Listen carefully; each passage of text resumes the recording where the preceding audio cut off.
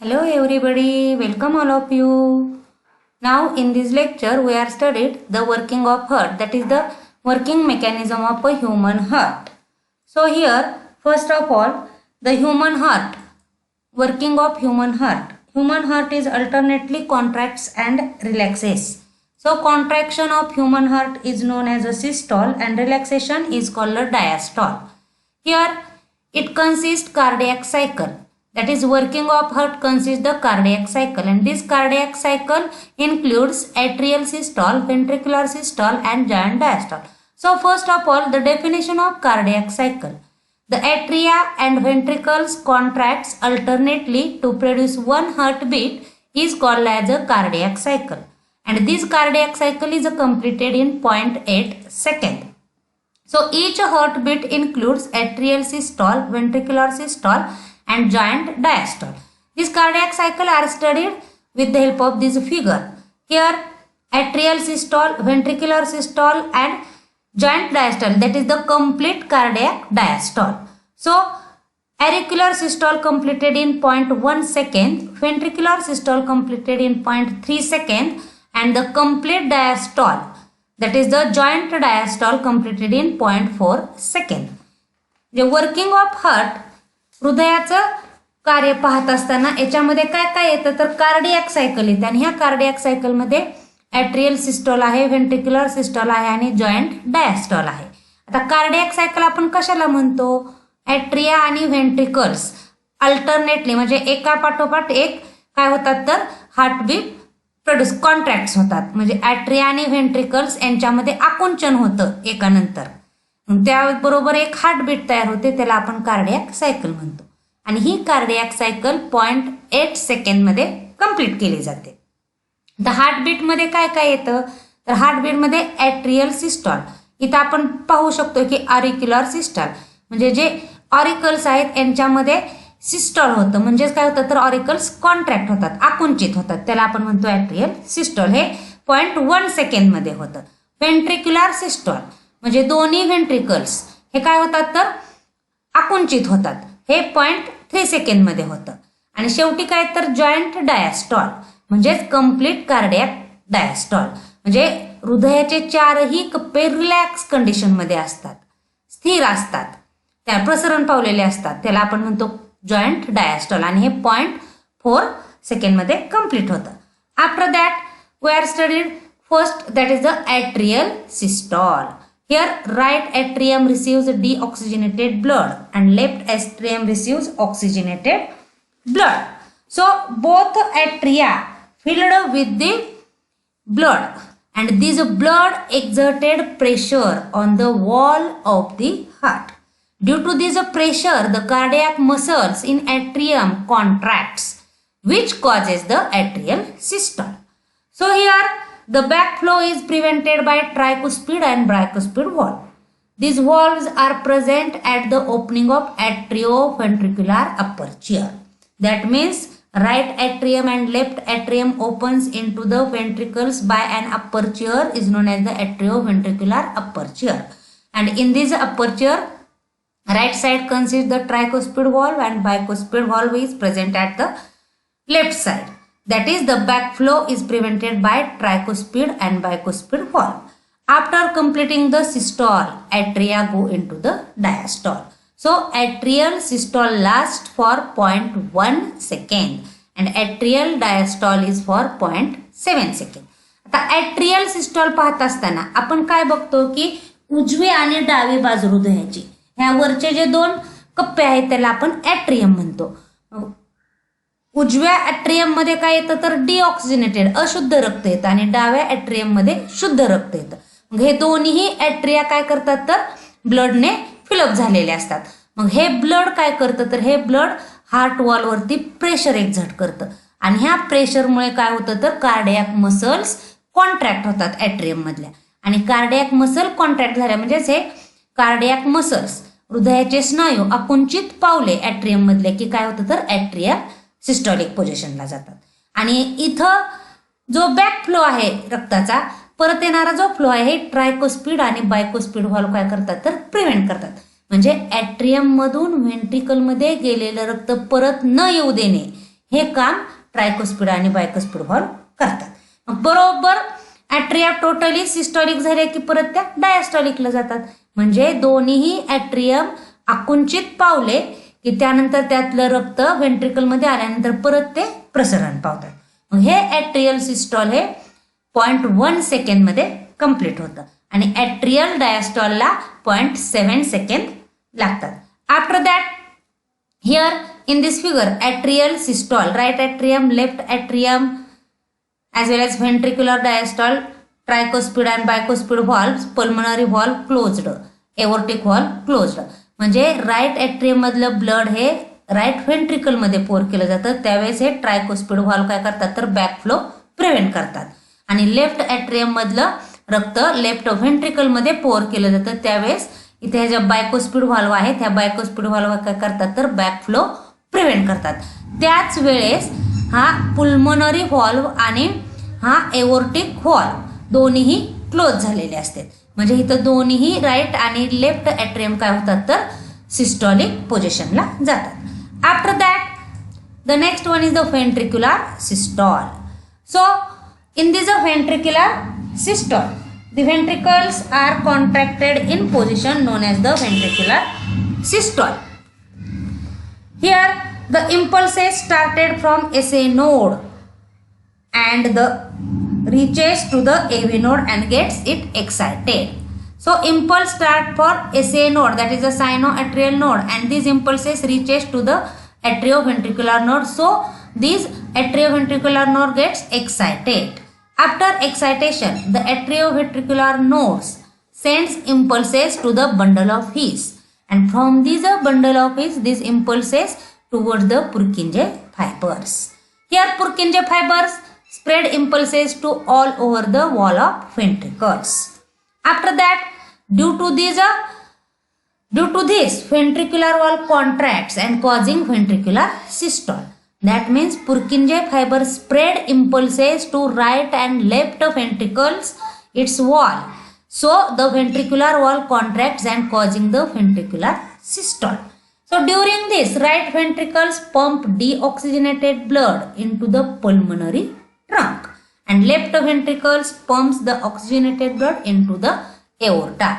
That means when ventricular systole takes place, this right ventricle pumps the deoxygenated blood and left ventricle pumps the oxygenated blood. So during ventricular systole, the cuspid valves close both atrioventricular apertures to prevent the blood flow into the atria. At that time, lub sound is heard. And when ventricular systole, it lasts for 0.3 seconds. So here ventricular systole lasts for 0.3 seconds and the ventricular diastole, that is the VD, lasts for 0.5 seconds. आता ventricle systole मध्ये काय होतं तर SA node म्हणजे सायनो अरिक्युलर नोडने काय करतो तर हा इम्पल्स क्रिएट करतो आणि हे तयार झालेले इम्पल्सेस ॲट्रिओव्हेंट्रिक्युलर नोडकडे पाठवले जातात. त्यामुळं AV नोड काय होतं तर एक्साइट होतो आणि AV नोड एक्साइट झाला की तो त्याचे इम्पल्सेस बंडल ऑफ हिस कडे पाठवतो आणि बंडल ऑफ हिस पासून पुर्किंजे फायबर्सला स्प्रेड होतात.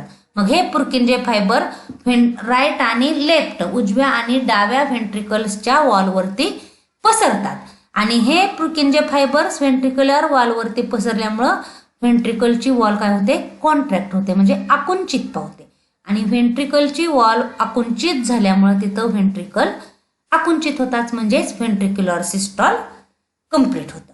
मग आता ह्यावेळेस काय होतं तर उजव्या बाजूचं व्हेंट्रिकल फक्त ऑक्सिजनेटेड ब्लड पंप करतं आणि डाव्या बाजूचं व्हेंट्रिकल फक्त ऑक्सिजनेटेड ब्लड पंप करतं.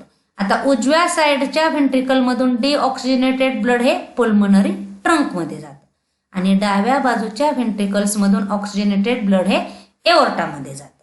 म्हणजेच इथं ज्या वेळेस व्हेंट्रिक्युलर सिस्टॉल होतं त्यावेळेस कुस्पिड व्हॉल्व्स क्लोज होतात आणि कुस्पिड व्हॉल्व्स क्लोज झाल्यामुळे तिथं ॲट्रिओव्हेंट्रिक्युलर अपर्चर काय करतो तर ब्लडचा फ्लो ॲट्रियामध्ये परत जाऊ देत नाही आणि त्याच वेळेस एक आवाज ऐकायला मिळतो त्याला आपण म्हणतो लब sound.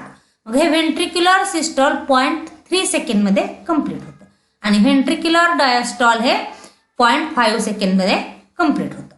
So during this ventricular diastole semilunar valves are closed to prevent backflow of blood from pulmonary trunk and systemic aorta into the ventricles. At that time dub sound is heard. आता इथं काय होतं, ventricular diastole झाल्यानंतर म्हणजेच ventricle relax झाल्यानंतर त्याच्यातलं रक्त right बाजूच्या व्हेंट्रिकलमधलं रक्त कुठं गेले तर पल्मोनरी ट्रंकमध्ये गेले आणि लेफ्ट साईडचं एओर्टामध्ये गेले. ट्रंक आणि एओर्टाच्या बेसला सेमिलोनार व्हॉल्व्ज आहेत. ह्या सेमिलोनार व्हॉल्व्ज लगेच बंद होतात. म्हणजेच त्या काय करतात तर बॅक फ्लो ऑफ ब्लड म्हणजे रक्ताचा परत जो प्रवाह आहे हा येऊ देत नाहीत. म्हणजे पल्मोनरी ट्रंक आणि सिस्टेमिक एओर्टामधून व्हेंट्रिकल्समध्ये येऊ देत नाहीत. त्या क्लोज झाल्या की तिथं डब साऊंड आपल्याला ऐकायला मिळतो. म्हणजे लब साऊंड केव्हा आपल्याला पाहायला मिळतो की व्हेंट्रिक्युलर सिस्टॉल व्हेंट्रिकल्स कॉन्ट्रॅक्ट झाल्या की त्या ठिकाणी बायकोस्पिड आणि ट्रायकोस्पिड व्हॉल्व बॅकफ्लो प्रिव्हेंट करतात त्यावेळेस लब साऊंड होतो. आणि व्हेंट्रिक्युलर डायस्टॉलिक पोझिशन झाल्या की तिथं सेमिलोनार व्हॉल्व्स काय करतात तर बॅकफ्लो प्रिव्हेंट करतात त्यावेळेस डब साऊंड आपल्याला ऐकायला मिळतो. So this ventricular systole studied with the help of this figure. Here pulmonary artery, pulmonary vein, bicuspid valve, tricuspid valve आणि पल्मोनरी ट्रंक. तर व्हेंट्रिक्युलर सिस्टॉलमध्ये काय होतंय तर राईट बाजूच्या ॲट्रियम मधून राईट व्हेंट्रिकलमध्ये ब्लड आलं त्यावेळेस हा ट्रायकोस्पिड व्हॉल्व काय झाला तर क्लोज झाला आणि लेफ्ट ॲट्रियम मधून लेफ्ट व्हेंट्रिकलमध्ये ब्लड येतं त्यावेळेस हा बायकोस्पिड व्हॉल्व क्लोज होतो. म्हणजे इथला ब्लड परत ॲट्रियममध्ये जाऊ देत नाही. मग अशा वेळेस काय होतं तर इथं आलेलं व्हेंट्रिकल्स मधलं रक्त उजव्या बाजूचं रक्त हे इथं पल्मोनरी ट्रंकमध्ये पुश केलं जातं, पंप केलं जातं. त्यावेळेस हा सेमिलोनार व्हॉल्व क्लोज होतो आणि लब साऊंड ऐकायला मिळतो. म्हणजेच काय होतं तर व्हेंट्रिकल कॉन्ट्रॅक्ट झाले की लब साऊंड ऐकायला मिळतो आणि व्हेंट्रिकल डायस्टॉलिक झाल्या म्हणजे पूर्णपणे रिलॅक्स झाले की डब साऊंड ऐकायला मिळतो आपल्याला. मग हे जे लब आणि डब साऊंड आहे ते आपल्याला इथं पाहायला मिळतात. म्हणजेच हे व्हेंट्रिकल सिस्टॉल 0.3 सेकंडमध्ये कंप्लीट होतं. After that here one more figure that is the auricular systole and ventricular systole. आपण अगोदर पाहिलेलं आहे की ऑरिकल सिस्टॉलिक कशा होतात आणि व्हेंट्रिकल सिस्टॉलिक कशा होतात. या फर्स्ट फिगरमध्ये आपण पाहू शकतो की राईट आणि लेफ्ट दोन्हीही ॲट्रियममधून ब्लड हे राईट व्हेंट्रिकलमध्ये आणि लेफ्ट साईडचं लेफ्ट व्हेंट्रिकलमध्ये येतं. म्हणजे इथं काय होतं तर हे ॲट्रियम कॉन्ट्रॅक्ट होतात. म्हणजेच उजव्या बाजूच्या ॲट्रियममधून उजव्या व्हेंट्रिकलमध्ये ब्लड आलं की हा ट्रायकोस्पिड व्हॉल्व क्लोज होतो आणि त्यामुळे हे ॲट्रियम कॉन्ट्रॅक्ट होतं. सेम प्रोसिजर हिअर डाव्या बाजूच्या ऑरिकलमधून डाव्या व्हेंट्रिकलमध्ये ब्लड आलं की हा बायकोस्पिड व्हॉल्व क्लोज होतं. म्हणजे इथं काय होतात तर दोन्ही ऑरिकल्स काय होतात तर कॉन्ट्रॅक्ट होतात, सिस्टॉलिक होतात. आता सेकंड फिगरमध्ये आपण काय पाहू शकतो की व्हेंट्रिक्युलर सिस्टॉल व्हेंट्रिकलमध्ये आलेलं रक्त उजव्या बाजूच्या व्हेंट्रिकलमध्ये आलेलं रक्त हे पल्मोनरी ट्रंकमध्ये एंटर करतं आणि डाव्या बाजूच्या व्हेंट्रिकलमधलं रक्त हे सिस्टेमिक एओर्टामध्ये एंट्री करतं आणि हे ट्रंक आणि एओर्टामध्ये ब्लड गेलं की ह्या सेमिलोनार व्हॉल्व क्लोज होतात. सेमिलोनार व्हॉल्व क्लोज झाले की व्हेंट्रिकल काय होते तर सिस्टॉलिक व्हेंट्रिकल्स कॉन्ट्रॅक्ट होतात. म्हणजे auricular systole and ventricular systole. After that the joint diastole, that is the complete diastole. Here this joint diastole, in case of a joint diastole both atria and ventricles are in diastolic position. That is the atrium and ventricles are relaxed in position. So when all the chambers of heart in diastole, it is called a joint diastole. So this joint diastole lasts for 0.4 second. Thus the duration of one cardiac cycle is 0.8 second. जे joint diastole मध्ये काय होतं दोन्ही atrium आणि दोन्ही व्हेंट्रिकल्स काय होतात तर रिलॅक्स होतात. म्हणजेच काय होतं तर हृदयाचे चारही कप्पे रिलॅक्स म्हणजे प्रसरण पावतात आणि त्या कंडिशनला आपण म्हणतो जॉईंट डायस्टॉल. मग हे जॉईंट डायस्टॉल 0.4 सेकंडमध्ये कंप्लीट होते. मग duration of one cardiac cycle is 0.8 second. म्हणून आपण काय म्हटलं की एका कार्डियाक सायकलचं ड्युरेशन हे 0.8 सेकंड आहे. So here stroke volume. Here stroke volume, total volume of blood pumped during one ventricular systole is called a stroke volume and it is 70 ml. So cardiac output, it is the volume of blood pumped out per minute is called a cardiac output. It is calculated as follows. That is cardiac output is equal to stroke volume into heart rate. So here this stroke volume is a 70 ml. So 70 into 72 is the heart rate is equal to 5040 ml per minute. This is the cardiac output. आता इथं आपल्याला stroke volume बघायचा आहे. तर stroke volume म्हणजे काय आहे? ज्या वेळेस व्हेंट्रिकल सिस्टॉलिक पोझिशनला असतात म्हणजे व्हेंट्रिकल रिलॅक्स असताना व्हेंट्रिकल कॉन्ट्रॅक्ट झाल्यानंतर जेवढं रक्त पंप आउट केलं जाते त्याला आपण स्ट्रोक व्हॉल्यूम म्हणतो. ज्यावेळेस व्हेंट्रिकल्स कॉन्ट्रॅक्ट होतात त्यावेळेस 70 ml ब्लड हे पंप आउट केलं जातं. तर कार्डियाक आउटपुट काय आहे? Volume of blood pump out per minute म्हणजे प्रत्येक मिनिटाला किती ब्लड पंप आउट केलं जाते त्याला आपण म्हणतो कार्डियाक आउटपुट. आता हा कसा काढतो आपण तर stroke volume into heart rate. Stroke volume पाहिला आपण इथं 70 ml आहे. हार्ट रेट म्हणजेच heartbeat per minute 72 heartbeat is produced. प्रत्येक मिनिटाला 72 हृदयाचे ठोके पडतात. त्यामुळे कार्डियाक आउटपुट कसा काढायचा आपण? हा स्ट्रोक व्हॉल्यूम 70 गुणुले हा हार्ट रेट 72 बरोबर 5040 ml पर मिनिट म्हणजे प्रत्येक मिनिटाला कार्डियाक आउटपुट किती आहे तर 5040 ml per minute. So this giant diastole. आता हे जायंट डायस्टॉल आपण पाहतोय म्हणजे कम्प्लीट डायस्टॉल. आता ह्या फिगरमध्ये आपल्याला काय पाहायला मिळतंय की हा सिस्टेमिक एओर्टा आहे, पल्मनरी ट्रंक आहे, left pulmonary vein, left atrium, bicuspid valve, left ventricle, superior vena cava, right atrium, right ventricle and inferior vena cava. तर कम्प्लीट डायस्टॉलमध्ये काय होतं तर हे right atrium, right ventricle, left atrium, left ventricle हे हृदयाचे चारही कप्पे काय होतात तर प्रसरण पावलेले असतात.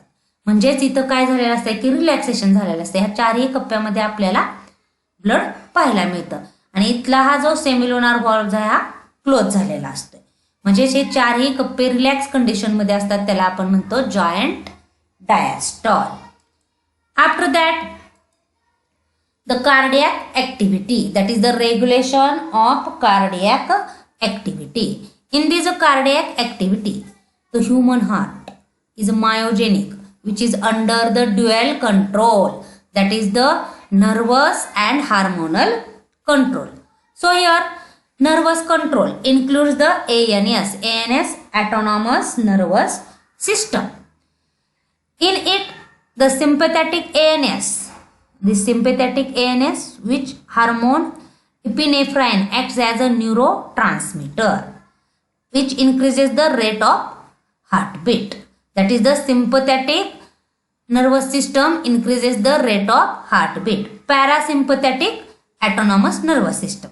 It releases the hormone acetylcholine and it is a neurotransmitter. So which reduces the rate of heartbeat. म्हणजेच ॲसिटिलकोलाइन हे हार्टबीट रिड्यूस करतं तर इपिनेफ्राइन हे काय करतं तर हार्टबीट इन्क्रीज करतं. So here cardiovascular center lies in the medulla oblongata and these control rate of heartbeat and response to various receptors like proprioceptors. These proprioceptors are located in the limbs and the muscles as well as next one is the chemoreceptor. So these chemoreceptor present in the chemical changes in blood. That is the some chemical changes takes place in the blood and so that changes occurred with the help of chemoreceptors. than the baroreceptors. These baroreceptors, it is present in the arteries and veins. So due to these baroreceptors, stretching of main arteries and veins takes place. After that, the chemical control of heart rate. Here, in case of chemical control of heart rate, it includes the conditions like the hypoxia, acidosis, alkalosis, which causing the decreased cardiac output or cardiac activity. आता regulation of cardiac activity मध्ये पाहताना आपण काय बघतो की माणसाचं हृदय हे मायोजेनिक आहे, म्हणजे फक्त मसल्सनी बनलेलं आहे, स्नायूंनी बनलेलं आहे. आणि स्नायूंनी बनलेलं हे हृदय काय करतं तर दोघांच्या कंट्रोलमध्ये असते, म्हणजे दोन सिस्टम त्याचा कंट्रोल करतात. एक आहे नर्वस सिस्टम की जी मेंदूशी रिलेटेड आहे आणि दुसरी आहे हार्मोनल कंट्रोल. आता नर्वस सिस्टम मध्ये काय येते, नर्वस कंट्रोल मध्ये ऑटोनॉमस नर्वस सिस्टम. ह्या ऑटोनॉमस नर्वस सिस्टमचे दोन भाग होतात, sympathetic and parasympathetic. Sympathetic autonomous nervous system मध्ये काय होतं तर हार्मोन इपिनेफ्राईन रिलीज केलं जातं आणि हे इपिनेफ्राईन न्यूरो ट्रान्समीटर म्हणून ऍक्ट होतं. म्हणजे हा इपिनेफ्राईन काय करतो तर हृदयाचे ठोके वाढवतो की जे सिम्पथॅटिक ऑटोनॉमस मध्ये येतं. तर पॅरासिम्पथॅटिक सिस्टम मध्ये काय आहे तर पॅरासिम्पथॅटिक सिस्टम मधून एक हार्मोन रिलीज केला जातो, त्याचं नाव आहे ऍसिटिल कोलाइन आणि इथं हा ऍसिटिल कोलाइन न्यूरो ट्रान्समीटर म्हणून ऍक्ट होतो. ऍसिटिल कोलाइन काय करतो, रिड्युसेस रेट ऑफ हार्टबीट, म्हणजे हृदयाच्या ठोक्याचा जो दर आहे हा काय करतो तर कमी करतो, म्हणजे 72 पेक्षा कमी करतो. So cardiovascular centre lies in the medulla oblongata. मग असं हे हृदयाला कंट्रोल करणारं सेंट्रल हे मेडुला ऑब्लॉंगेटा मध्ये आहे. मेडुला ऑब्लॉंगेटा हा मेंदूचा एक भाग आहे. आता इथं काय होतं, मेडुला ऑब्लॉंगेटा हार्टबीट कंट्रोल करतो आणि वेगवेगळ्या रिसेप्टर्सला काय करतो तर रिस्पॉन्स देतो. तर पहिला रिसेप्टर कोणता आहे तर प्रोप्रायो रिसेप्टर्स. आता हा प्रोप्रायो रिसेप्टर्स कुठं असतो तर लिम्स म्हणजे पायामध्ये आणि त्याच्या स्नायूमध्ये असतो. किमो रिसेप्टर्स, आता हे किमो रिसेप्टर्स काय करतात तर रक्तामधील केमिकल रासायनिक बदल जे आहेत ते घडवून आणतात, म्हणजे हे किमो रिसेप्टर्स रक्तामध्ये असतात. बॅरो रिसेप्टर्स, आता हे बॅरो रिसेप्टर्स कुठं आहेत तर आर्टरीज आणि व्हेन्स मध्ये आहेत, म्हणजे धमन्या आणि शिरांमध्ये आहेत. ह्या बॅरो रिसेप्टर्स मध्ये काय होतं तर ह्या धमन्या आणि ज्या शिरा आहेत यांच्यामध्ये स्ट्रेचनिंग होतं, म्हणजे त्या स्ट्रेच केल्या जातात, प्रसरण पावतात. तर chemical control of heart rate, मग ह्या हृदयाचा जो दर आहे हार्ट रेट आहे हा केमिकल कंट्रोल कसा करतो तर याच्यामध्ये कोणत्या कोणत्या कंडिशन येतात तर हायपोक्सिया. तर हायपोक्सिया म्हणजे काय आहे, here less efficiency or deficiency of oxygen in the tissue. हायपोक्सियामध्ये काय होतं तर उतीमध्ये ऑक्सिजनची कमतरता होते. तर ऍसिडोसिस म्हणजे काय आहे तर रक्तामध्ये ऍसिडचं प्रमाण जास्त वाढलं जातं आणि हे जास्त वाढल्यामुळं काय होतं तर त्याचं इफेक्ट ऍसिडोसिस मध्ये येतात. अल्कॅलोसिस म्हणजे काय तर अल्कलीचं प्रमाण रक्तामध्ये वाढलं जातं आणि हे वाढल्यामुळं काय होतं तर जो हा कार्डियाक ऍक्टिव्हिटी आहे ही कार्डियाक ऍक्टिव्हिटी डिक्रीज केली जाते. Okay, thank you. In next lecture we are studied the blood vessel.